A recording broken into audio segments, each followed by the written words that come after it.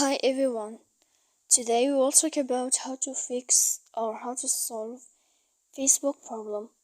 To know how to fix or how to solve Facebook problem, you should just go to settings like this. We will click.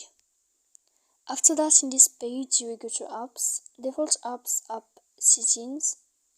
When you will see this list, you will go down to find the application of Facebook and you will enter. Then in this page, you will go to click for stop. When you will end this, you will enter to storage. After that, you will click clear cache. Then you will go to click clear data. And when you will end all this stuff here, as you see, you can update your application. So please don't forget to support us by like and subscribe. See you next time in another video, and thank you for your watching.